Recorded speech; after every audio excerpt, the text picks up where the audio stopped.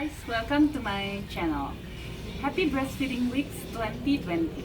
Dan pada kesempatan kali ini saya mau sharing tentang tips menyusui. Alhamdulillah, akhir bulan Juni kemarin saya sudah berhasil menyusui anak saya yang kedua selama 2 tahun lamanya. Jadi menyusui itu sebenarnya tidak seindah gambarnya. Bagaimana kita menyusui dengan senyuman. Sebenarnya yang namanya menyusui itu adalah penuh tangisan air mata. Ada beberapa tips yang mau saya share di sini. Yang pertama adalah jangan pernah bosan untuk menyusui anaknya. Susuin terus apabila anaknya baru lahir, susuin terus selama 2 jam, per 2 jam ya, bukan selama 2 jam. Kalau seorang ibu seperti saya yang sudah bekerja, sudah mulai bekerja, mungkin tipsnya adalah jangan lupa bawa pompa ASI. Karena dengan rutinnya kita memompa atau mengosongkan payudara, maka suplai ASI itu akan terjamin, karena setiap dikosongkan pasti payudara akan memproduksi ASI. Ada beberapa barang-barang penting yang selama menyusui ini nggak pernah saya tinggalkan. Yang pertama adalah kompres hangat. Jadi kalau misalnya ibu menyusui tahu banget tuh kalau payudaranya itu suka keras, suka bisa jadi breast engorgement, kemudian suka bergumpal. Biasanya saya melakukan pengompresan dengan air hangat gitu. Dikompres selama 5 menit, habis itu baru dilakukan pompa.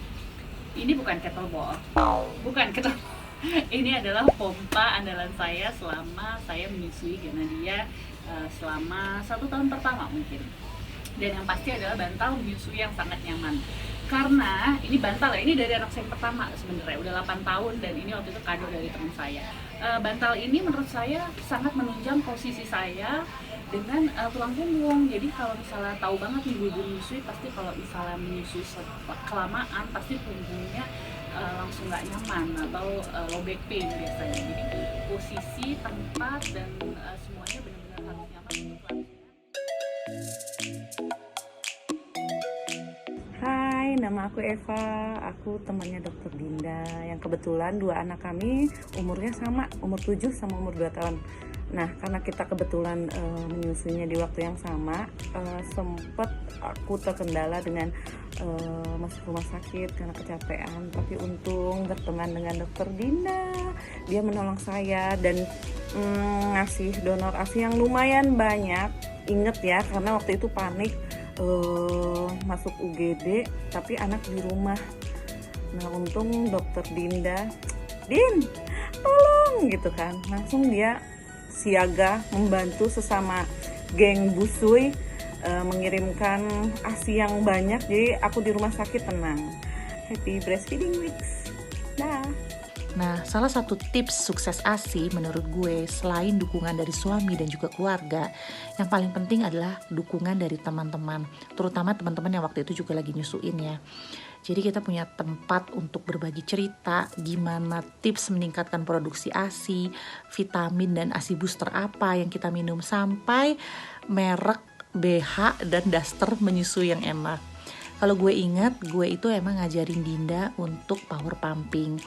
Karena gue sendiri adalah perempuan yang memang ASI-nya nggak terlalu banyak. Jadi memang kita itu pumping dalam waktu yang lebih lama, sehingga memang badan seolah-olah diperintah untuk memproduksi ASI yang lebih banyak.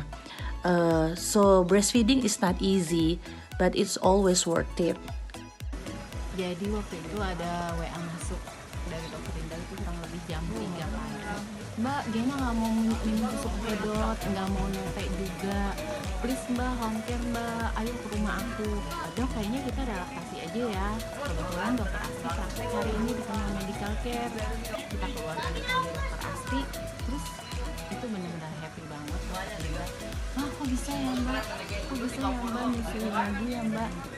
Pernah terpikir nggak selain dari pentingnya antibody, vitamin, semua vitamin dan segala nutrisi yang dikandungnya, ternyata air susu ibu ini sangat penting untuk kesehatan mata bagi anaknya dan sangat berpengaruh terhadap kesehatan mata apabila diberikan ASI eksklusif, yaitu 6 bulan pertama. Manfaat ASI untuk kesehatan penglihatan belum banyak yang ngomong nih. Nah, karena ini juga baru di tahun 2019 ada jurnal yang melaporkan bahwa bayi yang 6 bulan pertama diberikan ASI secara eksklusif itu memiliki kerentanan yang lebih kuat dalam tidak menderita konjungtivitis alergi, yaitu alergi di area matanya, di area bagian putih dan kelopak mata dalam. Kemudian perkembangan dari ketebalan retinanya atau retinal nerve fiber layer-nya pun juga berbeda bermakna dengan bayi-bayi yang tidak diberikan ASI. Nah, sementara kita tahu retina ini berperan penting dalam fungsi penglihatan, dan periode kritis perkembangan penglihatan anak itu terjadi dari sejak lahir hingga usia 1-2 tahun. Jadi manfaat ASI ini banyak sekali, salah satunya untuk perkembangan penglihatan pada anak. Jadi semangat menyusui ya. Happy Breastfeeding Week. Adi umurnya berapa? 2. Masih mimi mama nggak kalau udah 2 tahun? Enggak ya. Miminya apa?